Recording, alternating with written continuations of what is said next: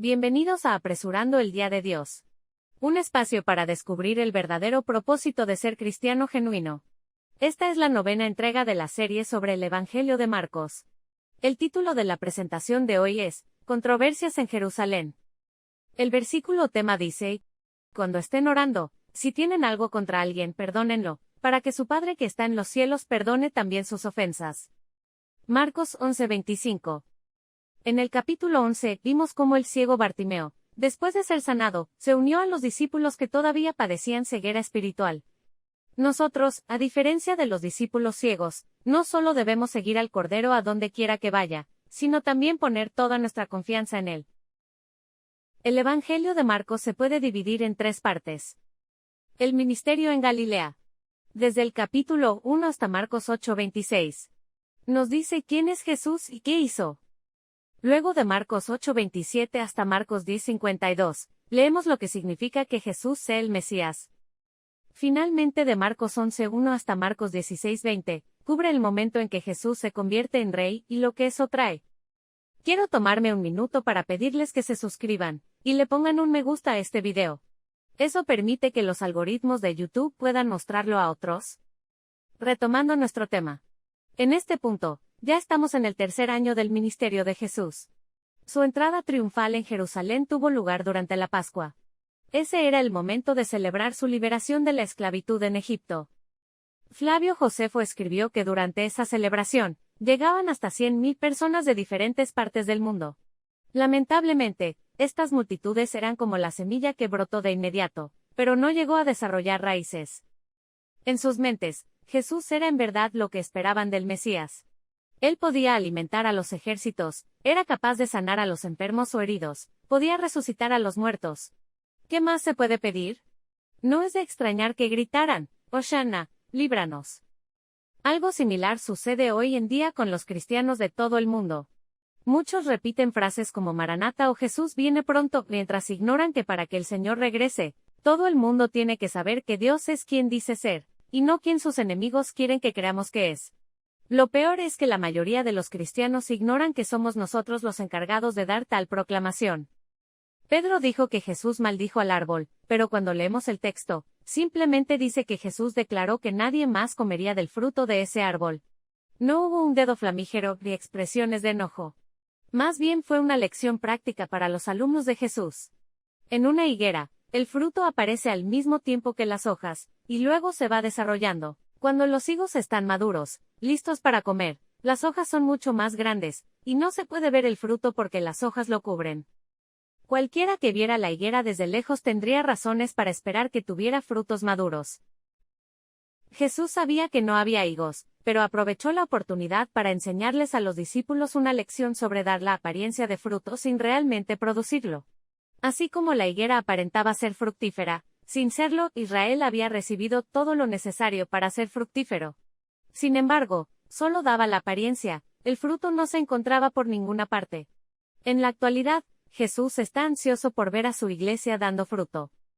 La purificación del templo probablemente tuvo lugar en el atrio de los gentiles, un patio exterior alrededor del atrio del templo donde se vendían los sacrificios. Caifás había iniciado recientemente el negocio. Recordemos que se iba al templo a orar a Dios y pedirle perdón. El hecho de que los vendedores gritaban a sus clientes potenciales, no fomentaba ninguna reverencia. Jesús saca a los vendedores de los atrios para que pueda volver a la tranquilidad. Los líderes religiosos vieron esa acción como una grave ofensa y un obstáculo para el negocio. El orgullo y la autosuficiencia eclipsan nuestra capacidad de amar a Dios. Cuando Jesús sanó al paralítico en el capítulo 2, los fariseos y saduceos vieron lo que estaba por venir. Entendieron que si uno podía obtener el perdón de los pecados sin tener que ir al templo, su futuro como intermediarios estaba en riesgo. Juan el Bautista les había hablado del Mesías que vendría después de él. Incluso en una vez señaló al Cordero de Dios. No era que no lo supieran.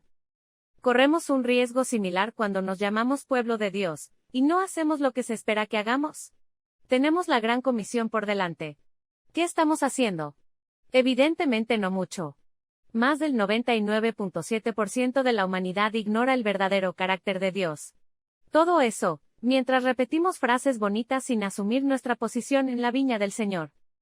Al preguntarle al sumo sacerdote, a los escribas y a los ancianos sobre Juan el Bautista, Jesús les dio la oportunidad de reconocer su comportamiento necio.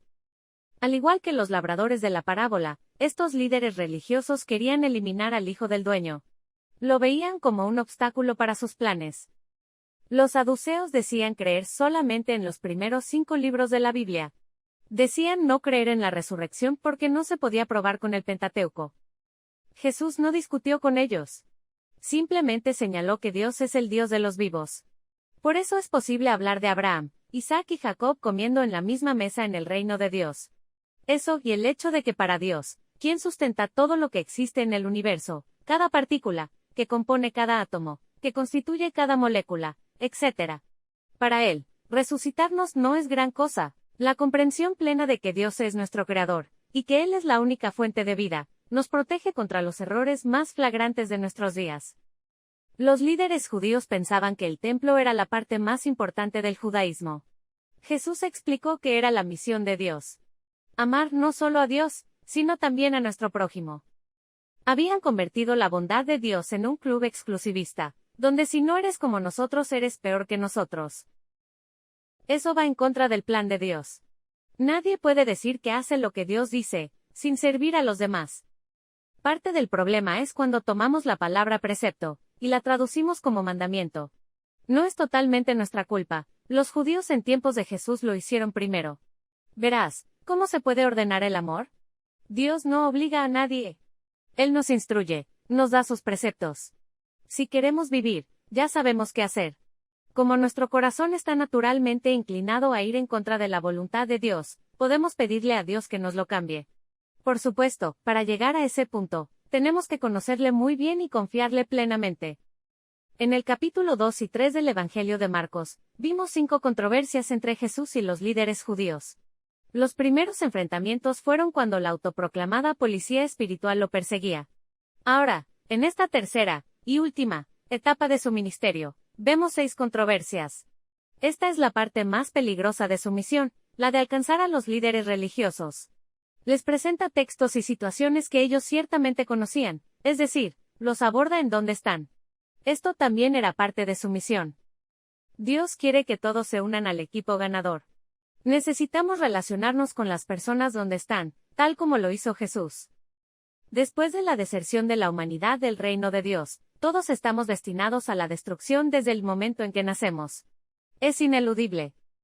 Por eso Dios nos ofrece la restauración de su plan original, que entre otras bendiciones, incluye vivir eternamente con Él. La especialidad del diablo es mentir, tal como lo hizo con Eva en el jardín del Edén. Se dedica activamente a presentar sus mentiras como verdades, y a decir que Dios es un mentiroso. Si terminamos engañados por Él, y como resultado, no aceptamos la oferta de Dios, estamos eligiendo nuestra propia destrucción. Si alguien decide en contra de la única fuente de la vida, como leemos en Oseas 13:9, está escogiendo su autodestrucción. Los líderes religiosos judíos eran los administradores, los mayordomos de Dios. Su función era guiar al pueblo de Dios, para que a su vez pudieran mostrar el camino a las naciones. En lugar de aceptar la corrección, rechazaron al Hijo de Dios, y con ello garantizaron su propia perdición. Escojamos sabiamente y actuemos ya.